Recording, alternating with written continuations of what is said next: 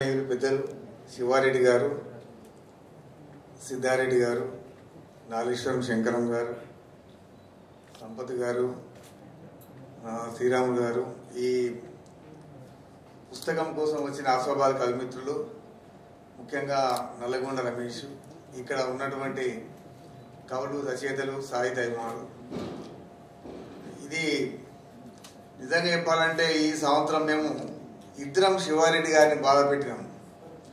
నల్లగొండ రమేష్, నేను ముందు మాట రాసే పరిస్థితి లేనప్పుడు కూడా ముందు మాట రాయడానికి సందర్భం ఆయన కానటువంటి సమయంలో కూడా మేము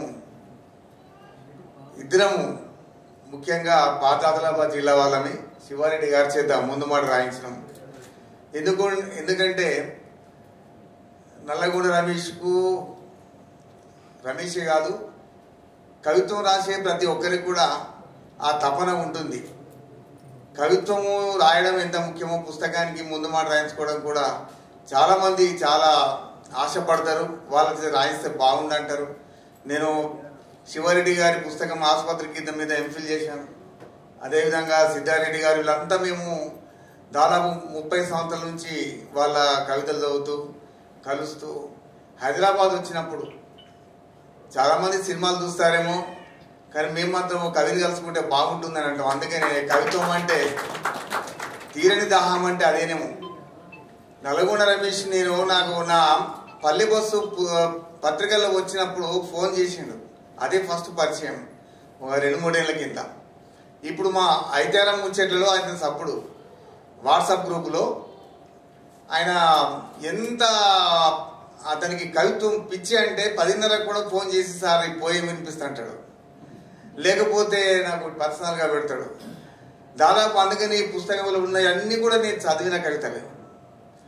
ఆయన చెమురు బావి కానీ, ఆమె నడిచి వెళ్ళిపోతుంటే కానీ, ఈ కూడలి చెట్టు కానీ, దాదాపు అన్నీ కూడా నేను చదివిన మా కవితలే మా గ్రూపులో ఆయన పెడుతుంటాడు. అయితే ఇట్లా ఎంత పిచ్చి అంటే ఆయనకు ఒక్కోసారి నాకు చెప్తాడు, సిద్ధార్థతో ఈయనకి ఏం పిచ్చి, వారానికోసారి మాట్లాడతాడు. నేనే మాట్లాడా వారానికోసారి. ఎందుకంటే వాళ్ళు ఏదేదో పనులు ఉంటారు, వాళ్ళు చాలా పుస్తకాలకు సమీక్ష చేయాల్సి వస్తుంది, ఇటువంటి మీటింగ్లో తయారు చేయాల్సి వస్తుంది. నేను శివారెడ్డితో ఆయనతో మాట్లాడిన ఈరోజు నారాయణ సార్ అనిపిస్తుంది వారానికోసారి ఎంత పిచ్చి ఉంటే మాత్రం. అంటే అటువంటి రమేష్ ఇవాళ పుస్తకము, ఈ కూడలి చెట్టు పుస్తకం తేవడం అంటే వాస్తవం చెప్పాలంటే అతను కవిగా జీవిస్తున్నాడు కాబట్టి, కవిగా జీవించాలనుకుంటున్నాడు కాబట్టి ఆయన లోపల ఉన్న ఆనందాన్ని మనం మెచ్చుకోక తప్పదు. ఆయనే కాదు అందరూ కూడా అంతే.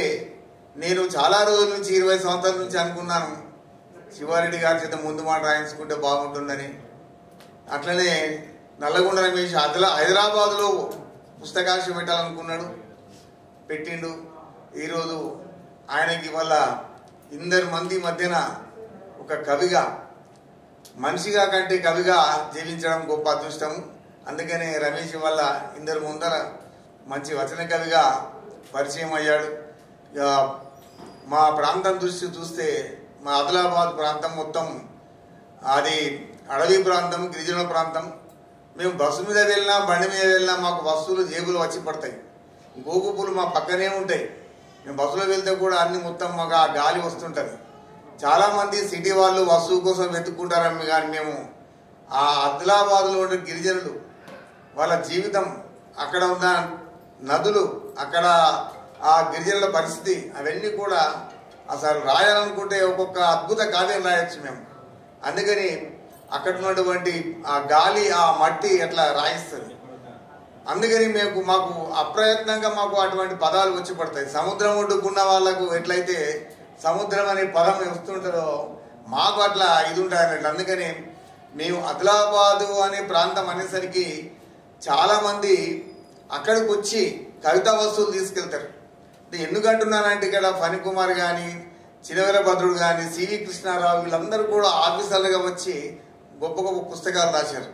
అందుకని ఒకటి ఏంటంటే కవికి ఉన్న దృక్పథము, ఎప్పుడైతే సామాజిక దృక్పథం గొప్పగా ఉంటుందో అది ఎక్కడ ఉన్నా, ఏ ప్రాంతంలో ఉన్నా మంచి కవిత్వం రాస్తాడు. అందుకని ఒక కవిని అంచనా వేయాలంటే నువ్వు స్త్రీల పట్ల ఎటువంటి దృక్పథం ఉన్నది నీకు, అదేవిధంగా ప్రపంచంలో ఉన్న బాధితుల పట్ల ఎటువంటి దృక్పథం ఉన్నది నీకు, ఈ సమాజం పట్ల ఎటువంటి దృక్పథం ఉన్నది నీకు, రైతుల మీద ఎటువంటి దృక్పథం ఉన్నది మీకు. ఇవాళ రైతులు పోరాటం చేస్తుంటే దాంట్లో వాళ్ళు వీళ్ళు కలిసిపోయారని లేదా బలిసిన రైతులని, అంటే ఒక సమాజం ఒక విషయం మీద నెగిటివ్ పాజిటివ్ రెండు కూడా ఉంటాయి. అందుకని కవి అనేవాడు ఎప్పుడు కూడా ప్రతిపక్షం లాంటి వాడు, సమాజం వైపే నిలబడి మాట్లాడాలి, సమాజం వైపే ఉండి మనము రాయాలి, కవిత్వం రాయాలి. అందుకని చాలామంది అందరూ కూడా మనిషిగా పుట్టిన కానీ కవిగా చనిపోవడం మాత్రం చాలా గొప్ప విషయం. శివారెడ్డి గారు అన్నట్టు 100 సంవత్సరాలు బతకడం అంటే ఎంత ఆనందంగా జీవించడం, ఎంత ఆనందంగా ఒక కవిగా జీవించడం, అది గొప్ప విషయం. అయితే రమేష్ దీంట్లో ఉన్న కవితలన్నీ కూడా ఆయన పరిస్థితులు అంటే చుట్టుపక్కల ఉన్న జీవితాన్ని గురించి ఇక్కడ రాయడం జరిగింది.